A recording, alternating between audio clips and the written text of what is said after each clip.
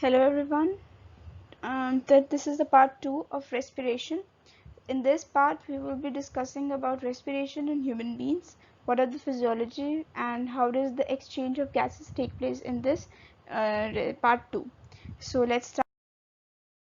Respiration in human beings. अब body में हमारे जो lungs में we all know that in our lungs the respiration is going on. कैसे respiration होती है, क्या process होता है, that all process will be discussed in details. So let's start. Now पहले तो बात करते हैं हम किसकी, nostrils की. तो nostrils से क्या होता है, air is taken, हमारी जो nose है, air हमारे अंदर लेंगे, air is filtered in nostrils. अब एयर जो बैड एयर और गुड एयर जो हमारी बॉडी के लिए हार्मफुल है वो ऑटोमेटिकली जो हमारा म्यूकस है, जो हमारी नोज में म्यूकस है, उसमें जो डस्ट पार्टिकल्स हैं वो एयर में जो हमारे म्यूकस में ट्रैप्ड हो जाते हैं और उसी की वजह से क्या होता है, ट्रैप्ड हो गए तो जो प्योर एयर है, जो फ्रेश एयर है, वो नोज से पूरे हमारे अंदर लंग्स में पहुंचती है. तो the main function of the mucus is to purify the air that we inhale. Throat, air from the nostrils is passed into the lungs through throat. तो ये जो पार्ट है this is called as throat. इसमें से क्या होगा, air जो है वो पास करेगी और इनमें क्या होता है, रिंग्स ऑफ कार्टिलेज प्रेजेंट है. हेयर जो ये सब प्रेजेंट है ये रिंग्स ऑफ कार्टिलेज है ताकि क्या होगा, एयर इजीली पास कर जाए थ्रोट से, so that it can divide into two parts that is lungs, तो इजीली पास कर सके. अब ट्रेकिया, इसी को जो पार्ट को हम ट्रेकिया भी कहते हैं, इसी पार्ट को हम ट्रेकिया बोलेंगे, ट्रेकिया. अब ट्रेकिया क्या करेगा, trachea divide into left and right bronchi. जो ये जो ट्यूब्स दिख रही हैं आपको, ये जो left side and right side में, these tubes are called as bronchi, जो लंग्स में एंटर कर रही हैं. जस्ट एट दिस साइड, जो यहाँ पे लंग्स में, ये जो पार्ट में जब लंग्स में एंटर करती हैं, इस पार्ट को कहते हैं हम ब्रोंकाई, जो ट्यूब्स निकल रही हैं. और ब्रोंकाई क्या करेगा, डिफरेंट डिफरेंट पार्ट्स में डिवाइड कर देगा. मैं कलर डिफरेंट यूज करती हूँ so that you can easily understand what is bronchioles. I can use black. तो ये जो पार्ट है, ये ब्लैक जो पार्ट दिख रहा है, ये ब्रोंकायोल्स है, जो ब्रोंकाई फर्दर डिवाइड करती है दोनों पार्ट्स में. ये जो हो गया, ये येलोइश पार्ट भी है पूरा, दैट इज ब्रोंकायोल्स. ब्रोंकायोल्स हो गया. और जो लास्ट पार्ट में इसमें शो नहीं कर रखा, लास्ट पार्ट में थोड़ा सा बल्जिंग आउट होती है, that is called as alveoli. इस एल्वुलाई में जो थोड़ा बल्जिंग आउट होता है ब्रोंकायोल्स के बाद, इसी में ऑक्सीजन और कार्बन डाइऑक्साइड का एक्सचेंज होता है. जो हम ऑक्सीजन ले रहे हैं, जो इनहेल कर रहे हैं, वो क्या होगा, एल्वुलाई तक जाएगा, एल्वुलाई में जाके पूरे लंग्स में, पूरे बॉडी में पूरे ट्रांसफर हो जाएगा. So this was the process by which the air that is inhaled in our body. तो पहला था हमारा नॉस्ट्रल्स से हमारी एयर हमने अंदर ली और फिल्टर्ड किससे होती है, म्यूकस से. How it is getting filtered, through mucus. Mucus से फिल्टर्ड हो गए डस्ट पार्टिकल्स जो थे म्यूकस में ट्रैप्ड हो गए. जो हेयर्स जो प्रेजेंट होते हैं, जो हेयर्स हमारे नोज के अंदर होते हैं, उसमें क्या होता है, डस्ट पार्टिकल्स ट्रैप्ड हो जाते हैं. Next was throat. थ्रोट से क्या हो रहा है, जो नोस्ट्रल से एयर जो पास करी है वो पास होगी और वो लंग्स में जाएगी. और कार्टिलेज प्रेजेंट होते हैं तो उसे ट्रेकिया भी बोलते हैं. Trachea divide into left and right ब्रोंका and enters into lungs. Left and right ब्रोंका में डिवाइड हो गए, ये लेफ्ट एंड राइट ब्रोंका में और लंग्स में पास कर गए. Bronchioles, the bronchi further divide into thin tubes called as bronchioles. Bronchioles और भी bronchi को divide कर देते हैं. And bronchioles terminate into alveoli. जो ये यहाँ पे थोड़ा सा space, जो थोड़ा सा we can say swollen space present होता है, यहाँ पे present नहीं है, but here it is present. Bronchioles के एकदम tip पर present होता है, that is called as alveoli. तो alveoli where gases exchange take place contain extensive network of blood vessels. तभी होंगे ताकि एक्सचेंज होगा. आगे हम प्रोसेस पढ़ेंगे what happens in this process. Here it is shown, this diagram is also present in your NCERT books. That's why I have taken this diagram so that you can easily understand what is it. So nasal passage, that is nostril से enter किया, then mouth cavity, pharynx, larynx. Larynx यहाँ पे जो हमारा vocal cord जो ये present है, ये trachea divide किया, rings of cartilage ये present है, then it divides into bronchi left and right. अब ब्रोंकायोज आप देख रहे हैं, ये ब्रोंकायोज जो है फर्दर जो ब्रोंकाई को प्रॉपर डिवाइड कर रहे हैं, that is called as bronchiole. Alveolar sacs, this is a particular diagram. अब ये ब्रोंकायोल्स थे, ये ब्रोंकायोल्स थे, हमने प्रीवियस स्लाइड में भी देखा दे वर ब्रोंकायोल्स. और ये जो बल्जिंग आउट थोड़ा सा स्पेस है, दिस इज कॉल्ड एज एल्वियुलाई. तो हर एक ब्रोंकायोल पे एल्वियुलाई प्रेजेंट होता है. इससे क्या होता है, एक्सचेंज ऑफ गैसेस, मतलब ऑक्सीजन आया था और CO2 process we will discuss what is present. So this is the main structure of the whole respiratory system you have to remember. और डायफ्राम भी प्रेजेंट होता है. डायफ्राम जो एकदम लंग्स के साथ रहता है, ये थोड़ा अपवर्डेड पोजीशन में रहता है. Please remember this position of diaphragm, क्योंकि हम आगे इसको डिस्कस करने वाले हैं. डायफ्राम का रोल क्या होता है आगे. तो ये जो डायफ्राम है, दिस डायफ्राम, ये थोड़ा सा लाइक दिस लंग्स के साथ थोड़ा ऐसे प्रेजेंट रहता है, मतलब थोड़ा सा अपवर्टेड पोजीशन में डायफ्राम प्रेजेंट होता है. सो और जो रिब्स हैं जो लंग्स को कवर करके रखती है, क्योंकि lungs are very delicate organ. Lungs are needed to be protected with the skeletal covering which is called as ribs. Like in the case of our brain is also covered by some covering called as skull. Same goes with the lungs, which is covered by ribs. Comes to inhalation and exhalation. Inhalation का मतलब ही हमें समझ में आ रहा है. इन मतलब अंदर लेना और एग्जिट होता है. एग्जिट मीन्स बाहर जाना. एग्जिट बाहर जाना और इसको क्या करना, अंदर लेना. तो inhalation means when we breathe in the ribs are lifted up. Ribs बताया तो जो कवरिंग होती है रिब्स ऊपर उठ जाती हैं.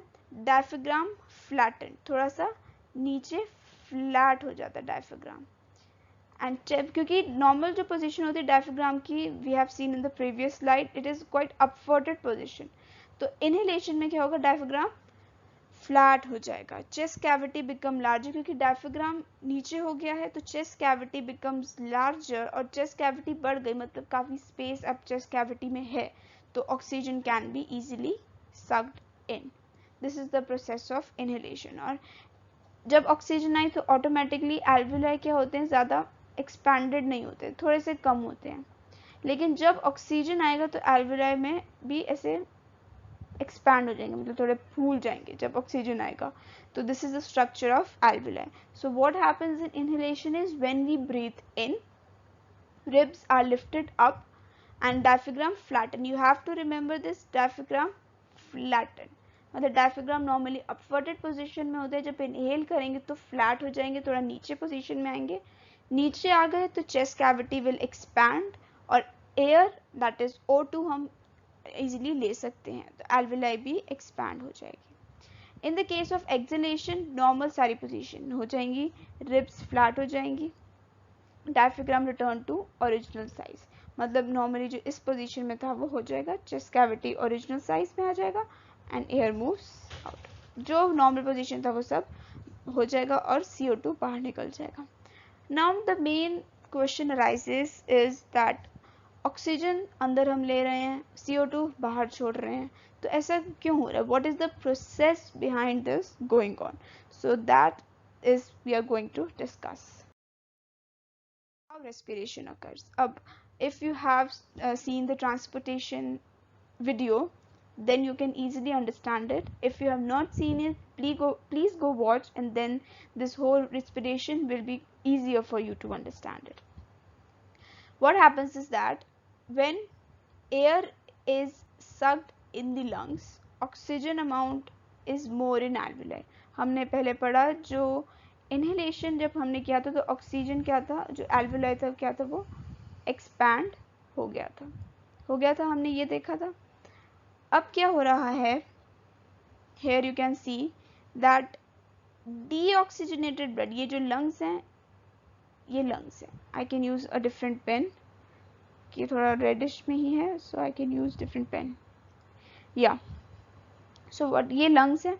हमने पढ़ा था कि रेस्पिरेशन में क्या होगा कि डीऑक्सीजनेटेड ब्लड पूरी बॉडी से ट्रांसफर हो गया. You have to please go watch the transportation video.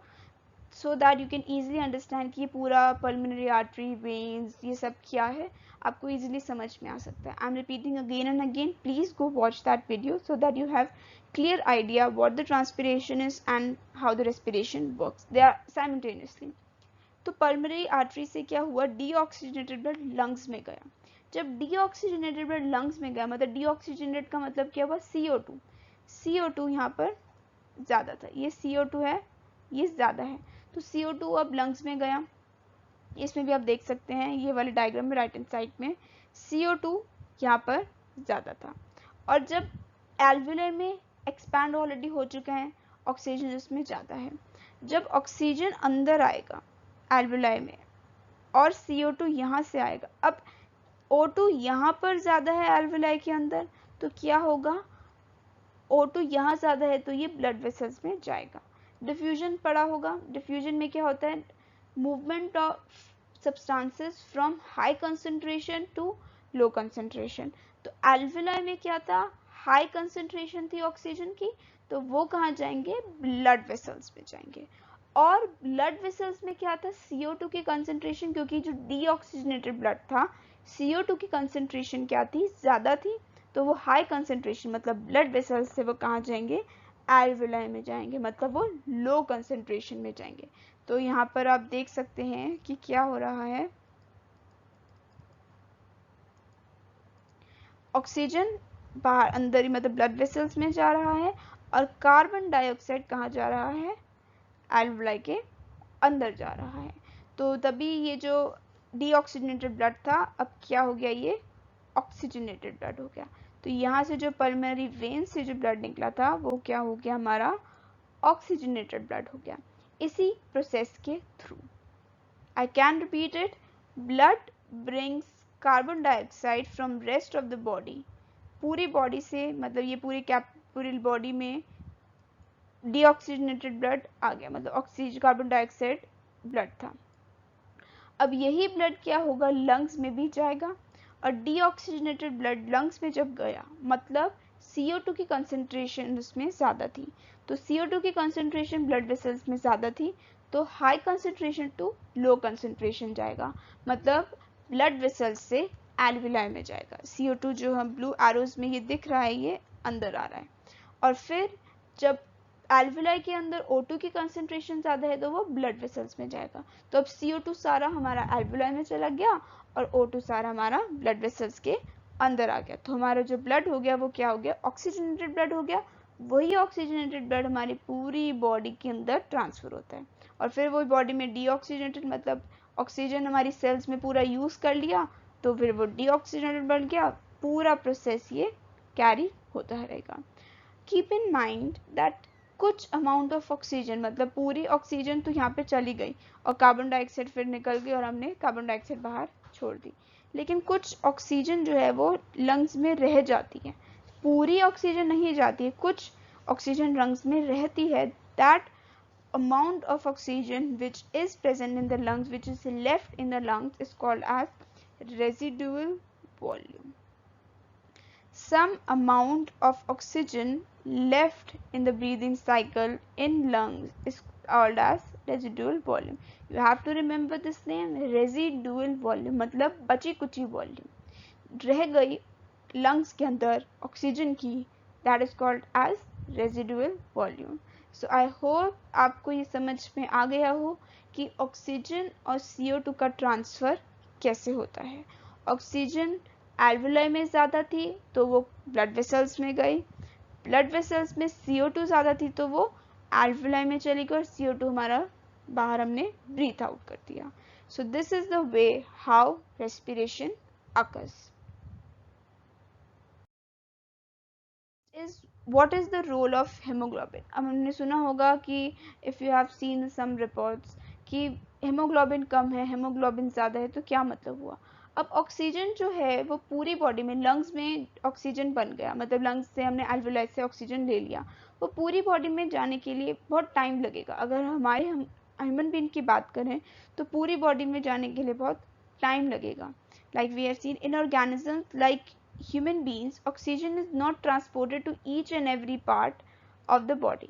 पूरी बॉडी में ऑक्सीजन इजीली नहीं ट्रैवल कर सकता। तो ऑक्सीजन के साथ कुछ बाइंड होता है ताकि पूरा का पूरा ऑक्सीजन इजीली ट्रांसफर पूरी बॉडी में कर सके। इजीली मतलब अगर हम सपोज करें हमें किसी दूर लोकेशन पर जाना है, कहीं हमने घूमने जाना है, लेट्स से शिमला हमें जाना है, ठीक है, हमें शिमला जाना है। तो शिमला अगर हमें जाना है तो हमें पता है शिमला बहुत दूर है।